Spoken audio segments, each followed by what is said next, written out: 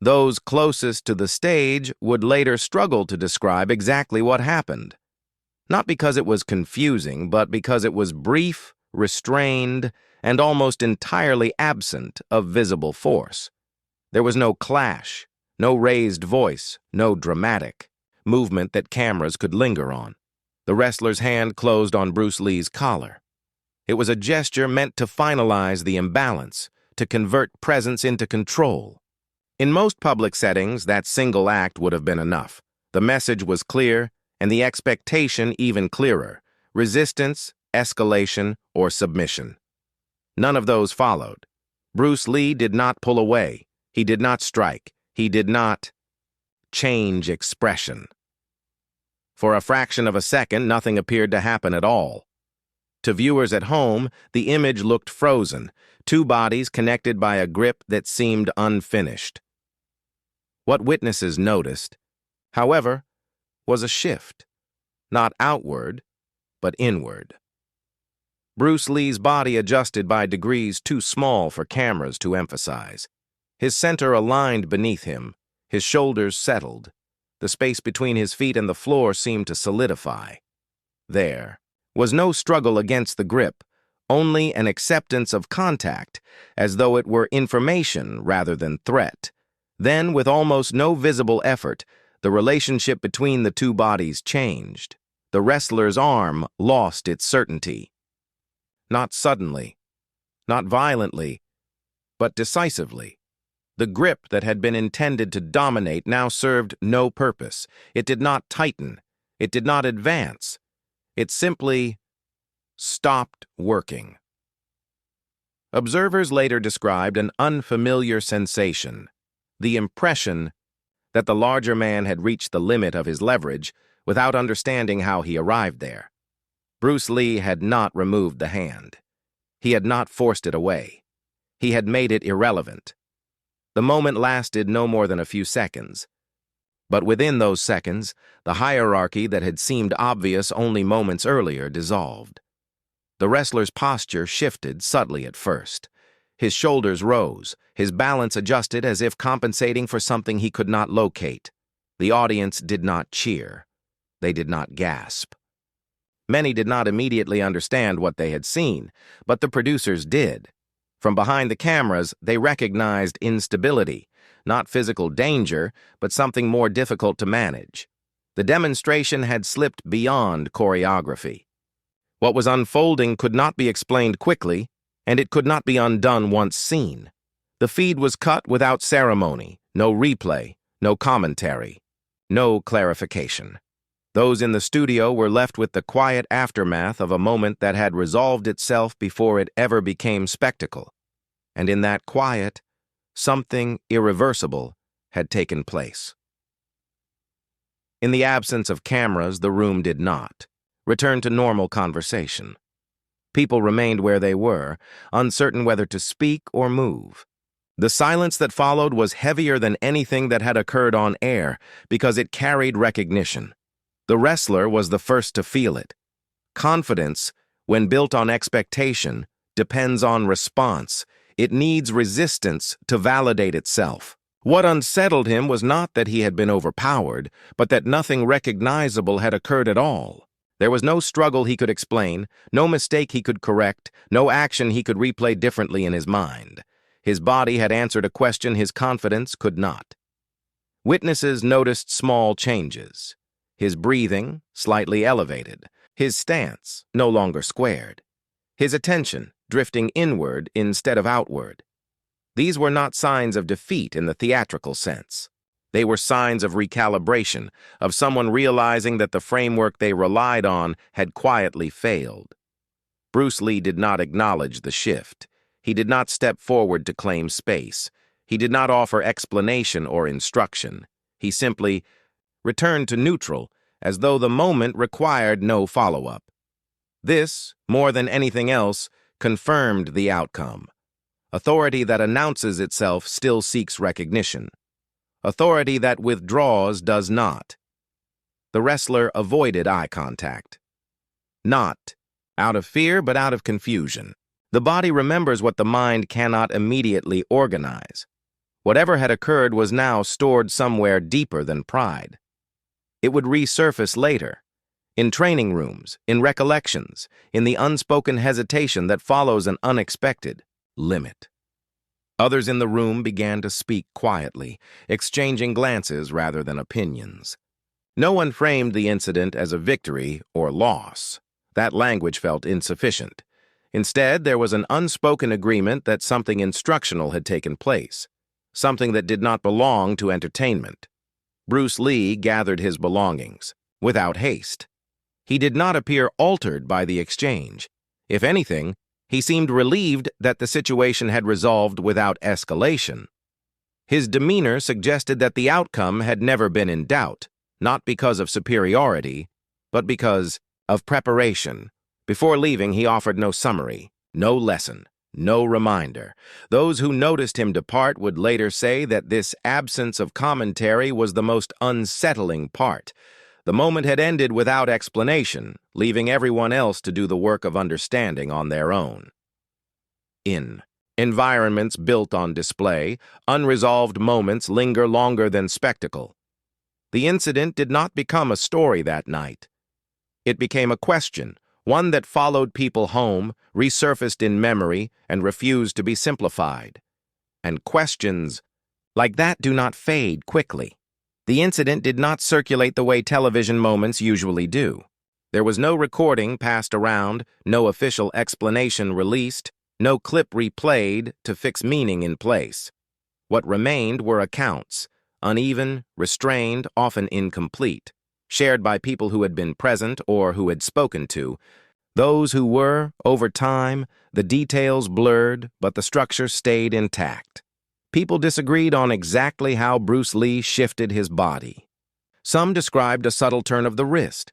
Others remembered a change in stance or a momentary loss of balance on the wrestler's part.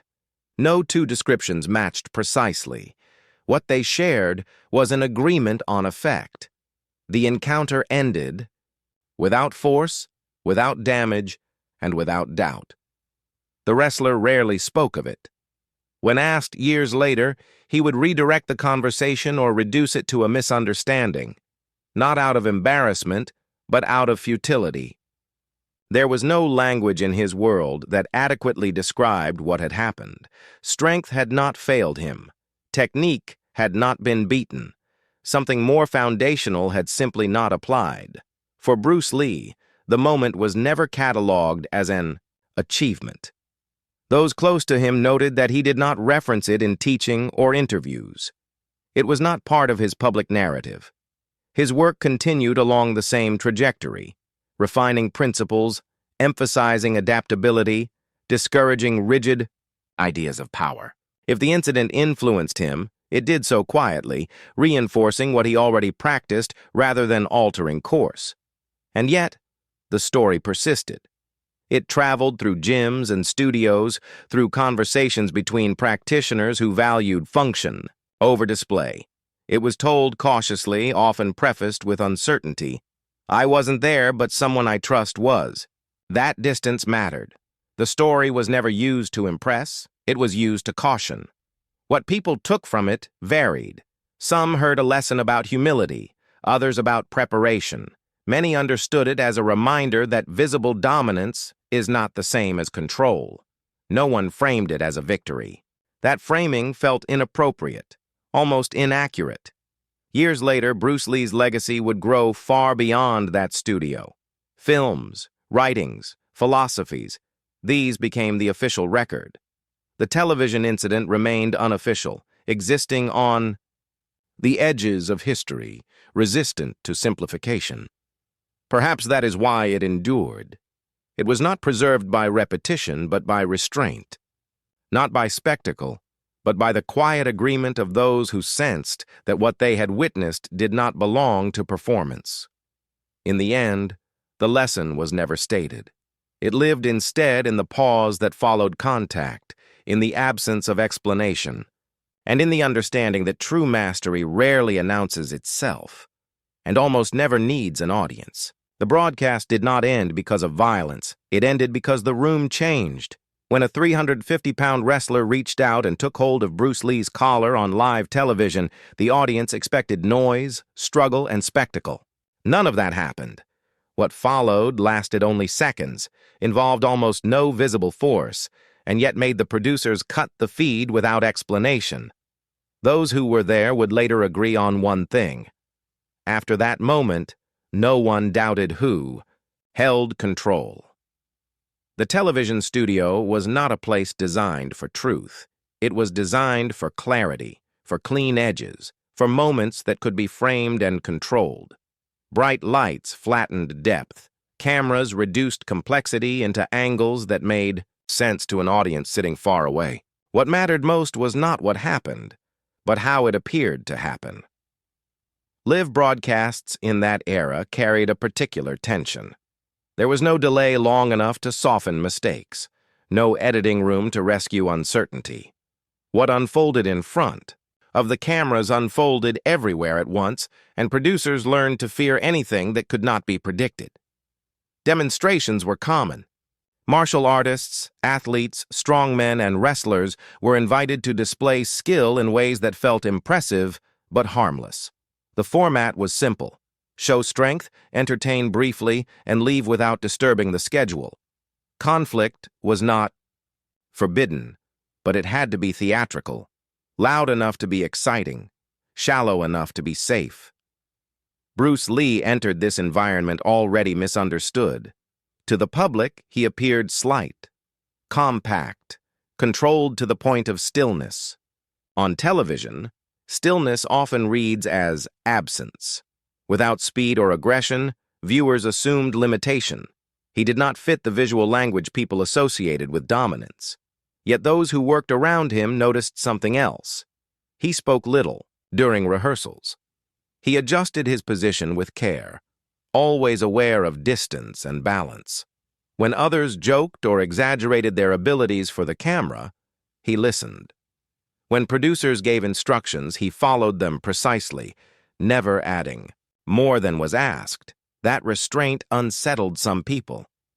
In a studio like this, reputation was currency. Wrestlers arrived with size and spectacle. Their authority came from mass, from the visible certainty of weight and force. Audiences understood that language immediately. Bigger meant stronger. Louder meant confident. Bruce Lee offered none of that. He did not arrive to challenge anyone. He was invited to demonstrate principles, movement, efficiency, control, ideas that do not translate easily through a lens. To some, this made him an ideal contrast. To others, it made him a target. Live all. Television thrives on tension it believes it can manage. That day, the balance felt stable. The cameras were rolling. The audience was attentive. The producers expected a controlled exchange, nothing more. No one in the room anticipated that control itself was about to be redefined, and no one yet understood how quickly appearances could dissolve when authority is tested in silence. The wrestler's presence filled space before he ever moved. He did not need to speak loudly to be noticed. His size alone established a hierarchy that most rooms accepted without question. 350 pounds carried its own logic, mass as certainty, weight as proof. When he stood beside Bruce Lee, the contrast appeared almost theatrical. This contrast was not lost on the audience. Television rewards immediate understanding. Viewers did not need explanation to know who looked dominant. The wrestler represented a familiar authority, visible power, rehearsed bravado, confidence, shaped by applause and repetition. He had performed this role many times before, on stages where intimidation was part of the contract. Bruce Lee's authority was quieter and therefore easier to dismiss. He did not claim titles. He did not posture. His reputation, where it existed, lived mostly in private spaces. Training rooms, small circles of practitioners, conversations between those who had tested his understanding firsthand. On camera, that kind of authority has no shape. This imbalance created an opening. The wrestler did not announce a challenge outright. He asked questions framed as curiosity. He shifted closer than necessary. He laughed when Bruce Lee did not respond in kind. None of it crossed a line that producers could object to. Yet every movement was a probe, measuring how far public confidence could be stretched. Witnesses later described a subtle change in the room. Not tension exactly, but a tension narrowing. Bruce Lee remained still. His posture did not harden. His expression did not shift to defense or irritation. He allowed the space to close without retreating, as though distance itself were something he was willing to give away. To the untrained eye, this looked like concession. To those who understood physical interaction, it was something else entirely. He was allowing conditions to clarify themselves. He was letting the imbalance become visible. The wrestler, accustomed to immediate reactions, interpreted silence as uncertainty. His confidence grew not from resistance, but from the absence of it. In public settings, unchecked confidence often mistakes permission for weakness. The cameras continued to roll. What was unfolding was no longer a demonstration arranged by producers. It was a negotiation of authority, taking place in full view of an audience that believed it was watching entertainment.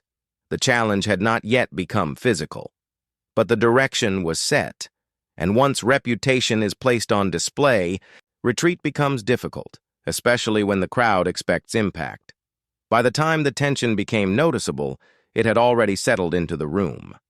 It did not announce itself with raised voices or sudden movement.